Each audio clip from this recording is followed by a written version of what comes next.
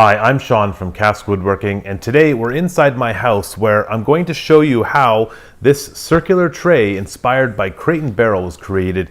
This one is made out of white oak, 2 inches thick. I'm excited to show you. Let's go. And before we do that, please make sure you hit that subscribe button, and if you like this video, make sure you hit a like as well. Thanks.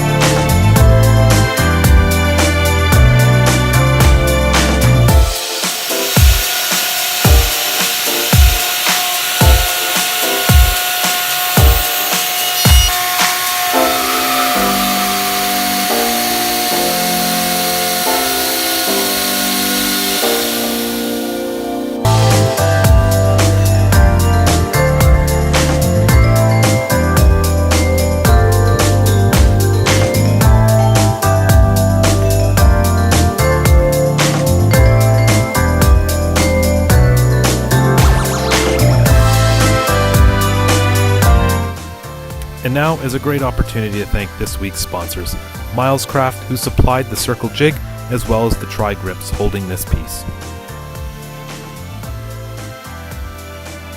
Also, Bits and Bits, providing all the router bits that you see used in this video.